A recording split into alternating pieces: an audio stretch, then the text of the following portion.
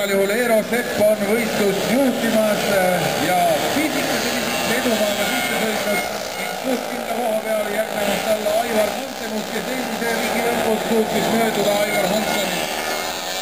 Ja nende taga võistleja number 40 on Paavo Aavik, ei ole sugugi loobunud mõttest, et ka tema võiks olla täna pjedestaali peal.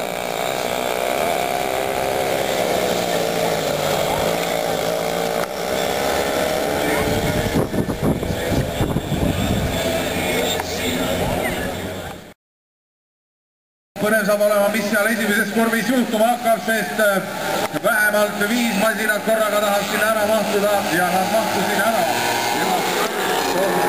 Olnud edukas ka Tarmo Raba, number 25. Pakun välja, et selle sõidu kõige raskem mees on võtnud kõige parema stardi. Tore näha, et Kärbeskaal ei olegi alati kõige kiirem.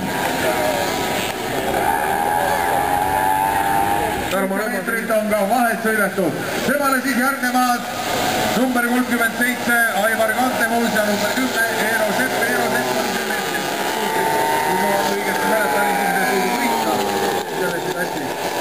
Aga number 37 Aivar Hansemus on kohe nüüd Tarmo taga, mõtleb, et Tarmo Raba nüüd pikalt seal võib-olla ei lubata tal seda sõitu juhtida, aga no ega tegemist võitleja hingega niisama kergelt Tarmo Raba kindlasti mitte alla ei anna. Ja pealegi tal on rändal. Pedaalid on tal. Sisse sõita mees ei kõigu ka mitte, kui väiksed kärsed ümber tema hiidlevad. Ja siit on jälle tuleb juba Eero Sepp talle kõrvale, kui Tarmo Raba suudab